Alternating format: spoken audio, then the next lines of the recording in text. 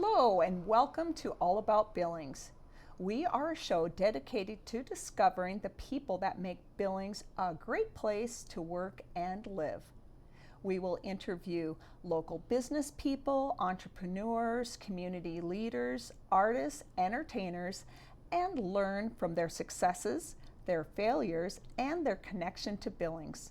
I'm your host, Nancy Brook, broker and owner at Billings Best Real Estate.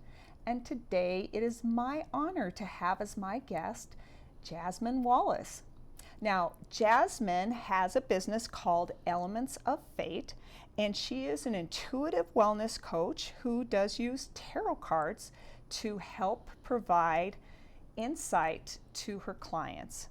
She offers different facets of divination and energy healing through her sessions, and I am just so excited to hear all about Jasmine and how she got started in this fascinating field. Welcome, Jasmine. Thank you for having me. I appreciate being here today. Well, it's wonderful having you. Well, Jasmine, I think my first question, which I don't think I've ever asked you this, is how in the world did you get started as an energy healer? Now, I know you had a job, you were in sales for a company, and we won't name the company, but I know you did phone sales and it was a corporate job, and then all of a sudden here you are being an intuitive coach. So what was that like?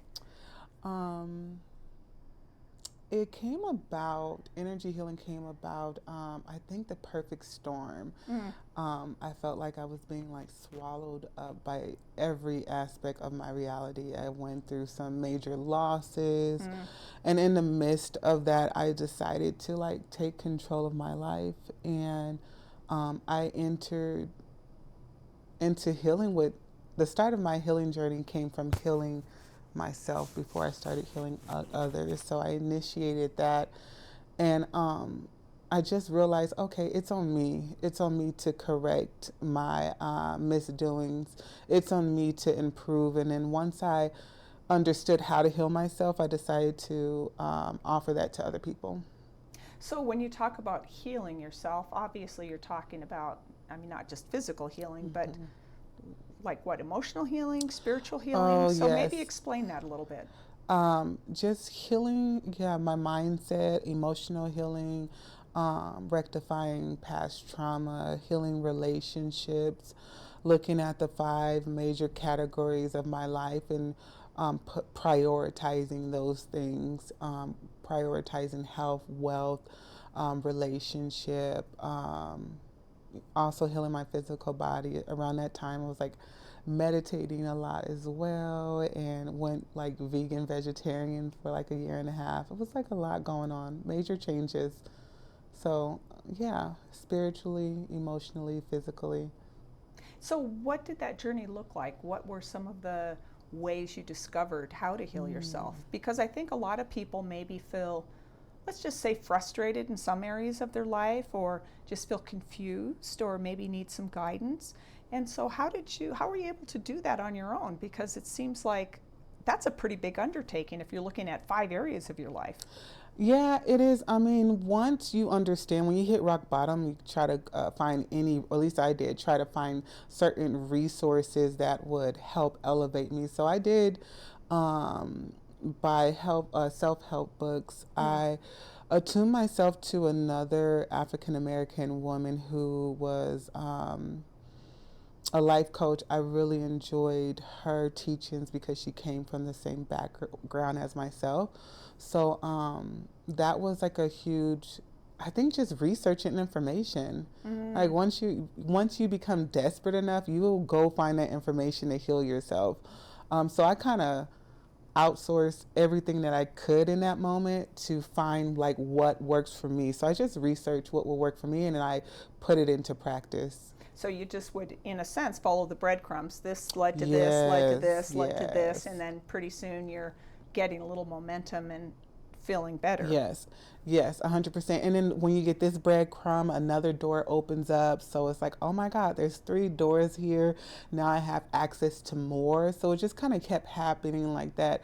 As long as I took the proper cues, I feel like the universe has an interesting way of opening doors and allowing you to access other doors, giving you like the more potentiality of like how vast your healing can become. So I just kind of followed the signs and signals to healing and just took the bait.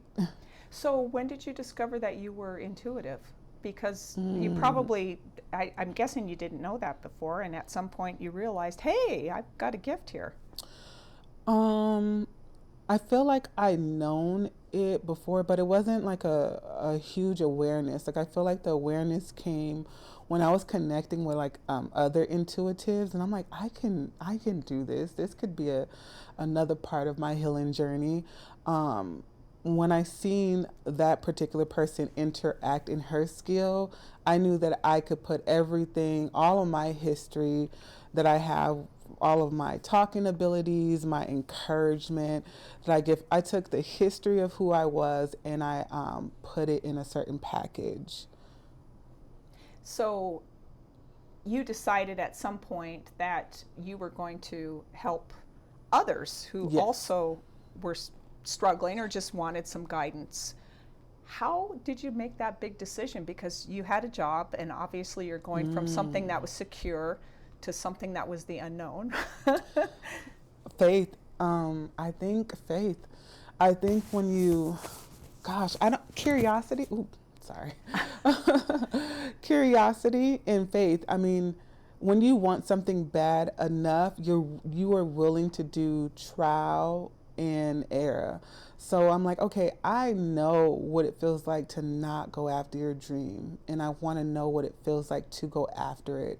Like I don't have anything to lose. I have much to gain. So I gear my mindset towards that, and I just jumped in and just yeah, took on clients, took on friends, and that gave me like a good practice to broaden what I knew. Um, yeah. So, what are some common things that people would come to you with? Hmm. Good question. Um, love, finances, career.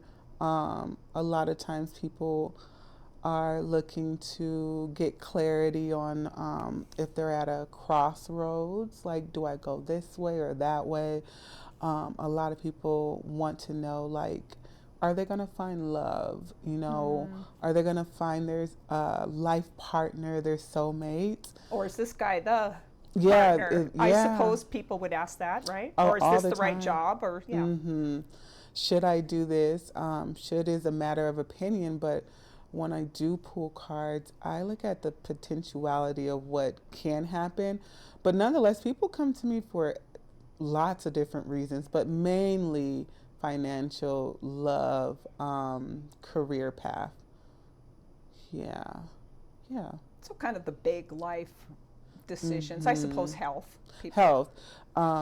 Although there's like a disclaimer, like I can read energy around it, but I don't give um, advice. You're not going to tell So, them medically you should go do yeah, this I don't give surgery or, medical yeah. advice. Yeah, I can understand that. That would be fraught with, yeah, yeah, trouble. yeah. I don't even want to cross that bridge.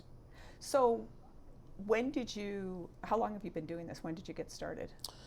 I want to say, mm, I feel like late 2016, Okay. early 2017. Yeah. And so, did you quit your job to start, or did you just kind of do it on the side, or how did you grow your business? So like when oh gosh, as far as my business, that was 2021. But Okay. like first stepping into the spirituality, I feel like it was like a build up of momentum. But I was at my job that I was at the time for about 2 years, and I started January 2017. And they had pulled us all into a meeting and said that you will not make more money anywhere else but here. And that was the moment that I took my journal and wrote, before I leave here, I will have my own business. And I set out to do that rigorously. Like, it was a dedication. I was like, there's no way that you will tell me that this place is the end all be all.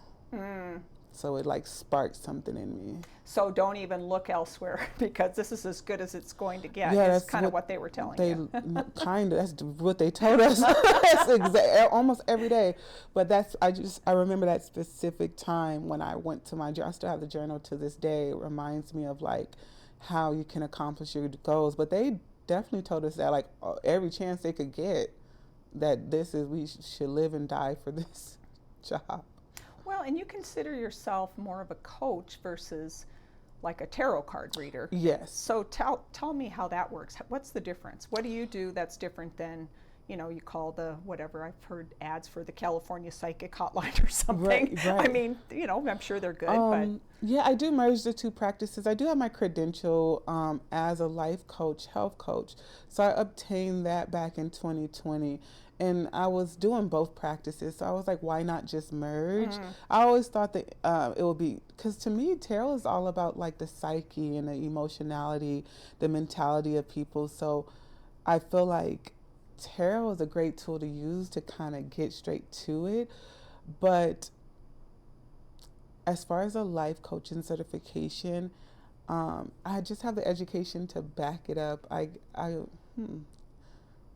Can you repeat the question? I'm like, so how would somebody have a different expectation going to a life coach who does tarot card versus just a tarot card reader? Well, I feel like for me, I feel like it's more of like of a conversation. Okay. So I always tell my clients like, hey, it's an open dialogue. You don't have to sit in silence. Most psychics or tarot readers, it's just like the client sitting in silence and I'm just kind of telling you what I feel like you should know. But I like to have a shared, fluid dialogue. I don't want anyone to think that I'm all-knowing. I don't like to live up to that standard. I'm here to intuitively coach and guide you with a tool that I'm using. Some people use other tools. I decide to use this tool matched with the practice of life coaching. So I think it's just like more of a fluid conversation. Like, talk to me as your friend, like a good girlfriend that's you're having tea with. I feel like maybe that's the difference. So what would somebody expect when they come meet with you? How does as far as the cards, or just like how does the session work? They should expect to laugh, to be comfortable. That's a big thing for me. A lot of people could be like timid or scared. It's like, you know what? Let your hair down. We're going to get to the bottom of this Scooby mystery. We're going to figure things out. And I'm going to make sure that you leave with a form of advice that makes you feel confident, that you feel empowered, you feel inspired, you feel excited, like, yeah, I can go do this thing now. So I always tell people, I try to get ready to be talked into living your best life. Get ready to throw your insecurities aside. Get ready to start that business, because I'm definitely going to talk you into I'm going to talk people into being authentic and fearless. That's one thing I would say. So a lot of times people have within them maybe a desire or a goal that maybe they haven't even said out loud, right? And so you're kind of bringing that awareness to them. But I would imagine most of the time they've already had the thought. It's not like coming out of the blue like, hey, you should be a vet. And you're like, I don't even like animals. What are you talking about? Most of the time it would be something that they're already aware that they've been thinking about. Yeah, those moments are they can be very emotional, because the cards can depict, in the vibration, the intuitive feeling that I feel, it can pick up on things that people sat down because they had children, or they sat down because they were in a toxic relationship. And those moments when I'm able to see that, I think it gives them an inkling like, okay, this girl knows what she's doing, and it empowers them to go do that thing again, to go go back to school, to go pick up that book they're writing, to go after, to finish hair school. It's a very connective moment where it's like, okay. They just maybe needed that Yeah, little push or or yeah, affirmation. yes, the That, yeah, you can do this. Huh. So you started and you were working. So how did you get from working to quitting your job and doing this as your business? It must have been scary. It was A lot of people have fear quitting their jobs, right, and starting a business. I'm sure you did too. I think before you make any transition in life, I think it's important to have a goal, a plan, and I think it's important to have like action steps that lead up to that plan. So I essentially just did certain action steps that got me closer and closer to feeling like I'm ready to make this transition and not do it prematurely. And I think like also having money to invest in what you're going to do, and then having a support system as well. Like having a support system is very important. Although my situation was a little bit unique, people were like, what are you doing? Are you going to do that? I'm like, yeah, I've only been working on it for 2 years. But I think if you don't have a support system, I will look to that which is higher, whether that be God, universe, whatever people belief systems are. But I just feel like a plan and a tunnel vision. So you really set the stage for yourself to move into business. Yeah. And had the plan, had some money set aside so you didn't feel, because I think the biggest challenge, I mean, I'm in real estate, right? And there are a lot of people who get in real estate and then they're like, oh my gosh, it's going to take a while to build a business, and they're a little caught off guard with, it takes a little bit of momentum to get things going. Yeah. And I'm sure it's probably the same in your business. Yeah, I'm still building, but initially getting your big toe in the water, I think that's a hard step for a lot of people to make. But I think when you envisioning where you want to be is a big part of taking that first step. And then it's kind of like you have to have the mindset of like Rome isn't built in a day, because there's all these building blocks and you don't want to jump the gun. I always say measure twice and cut once. So I try to do that, and I try to teach others to do that. Make sure they have their ducks in a row as much as possible before they make this jump. And then it's kind of like you don't want to make the jump and have to revert back to what you used to do, because that will really bring up, like, it could bring you down in a deep hole. Right. So you have this big plan and all of a sudden you're back from where you started because you didn't really think things through. Yeah, and then now you're scared that people are going to talk about you, so you never go after that dream or goal again. Yeah. That happens sometimes. Well, and you bring up a good point about people having opinions and talking about you, because a lot of times people have ideas for a business, and yours is probably one that most people wouldn't think of doing, be an intuitive life coach. However, you have your ideas and then people don't seem to want to support you, or maybe are just negative. How did you guard yourself against sort of those negative talkers?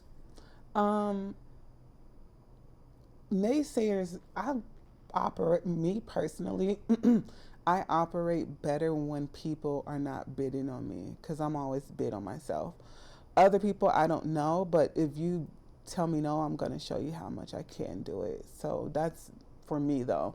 Other people, they might get like super scared. It's like, please tell me I can't. Like, please. That's my favorite thing. So you love it if somebody says, well, that's a ridiculous idea. Yeah. And you're like, I want to prove myself right. Like, I don't even focus on proving them wrong. I'm like, I'm going to prove myself right. I'm going to run laps around you with a blindfold on backwards. I promise you, you're going to eat every word.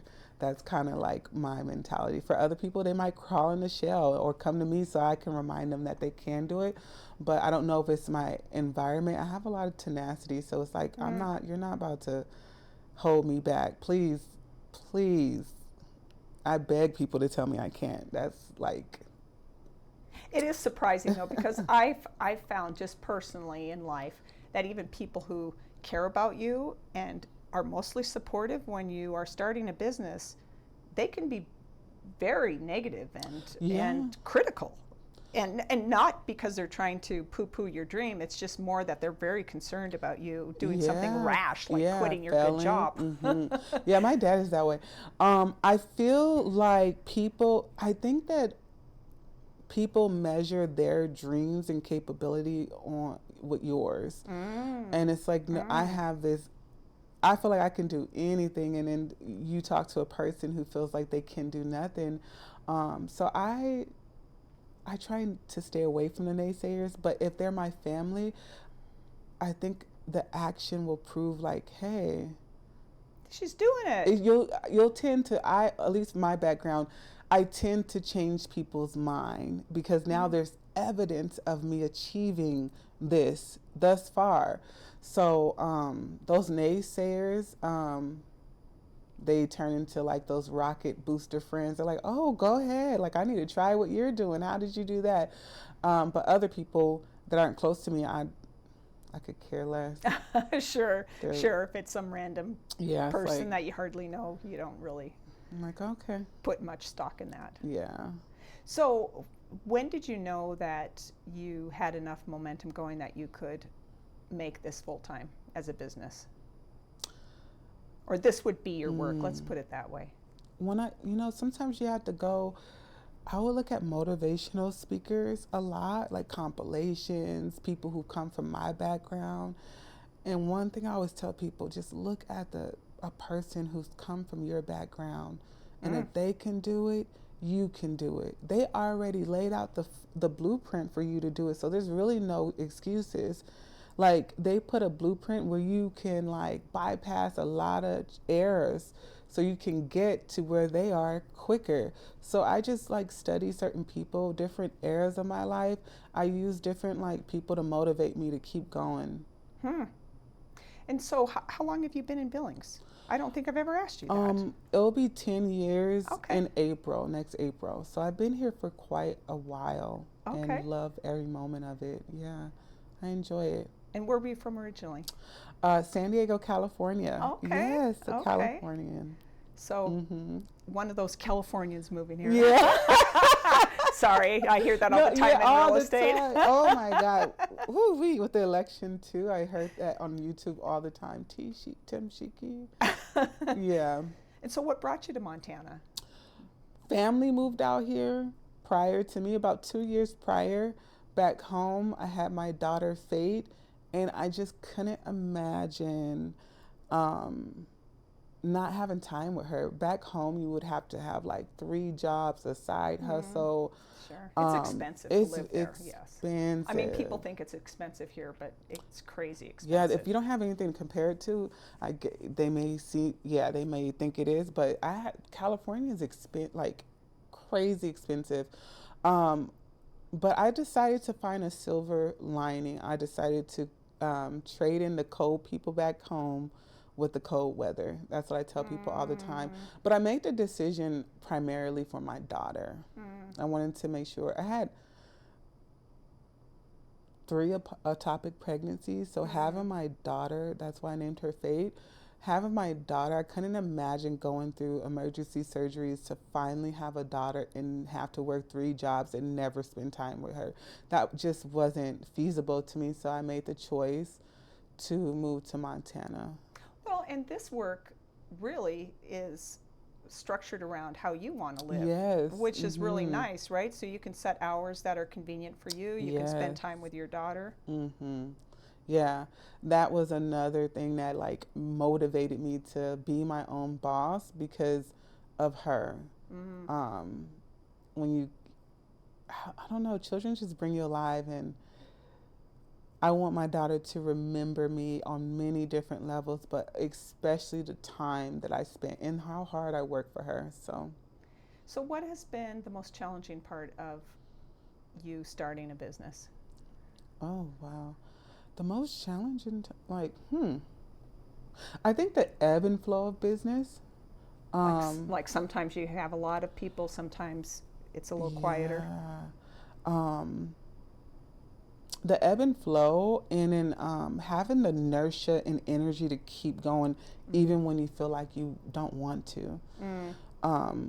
because like I guess some people say it's easier to have a 9 to 5 because someone is telling you what to do, and granted that is that works good for other people. But when you have to tell yourself to do something, it could.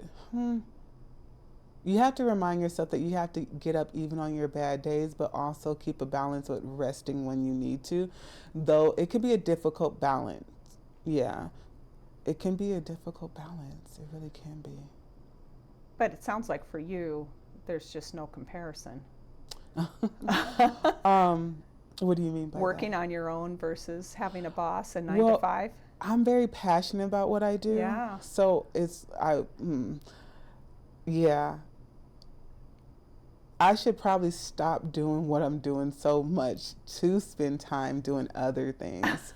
That would be Okay. more so for me, because like I'm fascinated by the minds of people, and why people operate in a certain way, and kind of figuring out that puzzle piece. So that drives me to get up every day, make posts, Wow. make videos, connect with people in Walmart, the pharmacy, Subway. Like I'm always making connections to heal. So what's the most interesting thing you've learned about people? Not anyone in particular, but just in general.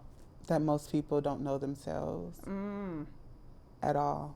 So tell me about that. I always think it's funny when people are like, "Oh, I'm 100," or "I love myself," until I put my affirmation mirror in front of them, and they can't look in the mirror at themselves, and they break down in tears. I think that's pretty interesting. I feel like, okay, this is why I'm here. I want to help you remember why you deserve to love yourself first. Like, let's start from the ground, the bottom up. Well, and it sounds like a lot of your coaching is just to make them aware of why they're here. Like what's their purpose, what calls their heart to show up in the world. Yeah, that's what I do actually tell them that. I'm like, what lights you on fire? Go throughout your day and try to take note. If you look at people's shoes, maybe you want to be a shoe designer. If you're looking at people's hair, maybe that's pulling you. Maybe the flowers are pulling you. Maybe children are pulling you. Take that desire and make it into something. And I also have a slogan that's you are what you need, and you may need me to remind you of that. That's my business slogan. It's actually like tattooed on me right here. But a lot of people could come in very desperate for help, and I'm not a person that's going to feel fearmonger or try to siphon you for all your money. I'm like, oh no, you go do the work. You only need me to remind you of what you got to do to become great, or you only need me to remind you of how to pull back the layers to understand who you are temporarily, because people can become codependent. Yeah, and that's not empowering. No. Yeah. I will tell a client real quick, like, I don't think you need to come back to me anymore. Like, I don't think this is weird. Like, I don't mind someone coming in consistently with new things. Right. But if you come to me 5 times in 1 week. Is he the guy? Is he the guy? Is he the guy? He wasn't the guy then, he ain't the guy now. He ain't the guy. He's not that guy. But yeah, I will definitely make sure that people know, like, why I'm here is not to like hold your hand and walk you through life. It's to give you homework to do, implement it, and realize the capability that you have on your own. Well, Jasmine, this half hour has flown by. Yeah. So tell people where they can find you. Well, you can find me at my website, theelementsoffate.com. And although I have an online business, I do have the pleasure of reading out of, seeing clients out of Sacred Grounds Healing and Art Studio. So you can definitely find me there. Okay. Well, thank you, Jasmine. It has been a pleasure to get to know you today. And everybody, thanks for watching All About Billings, and we hope to see you next time.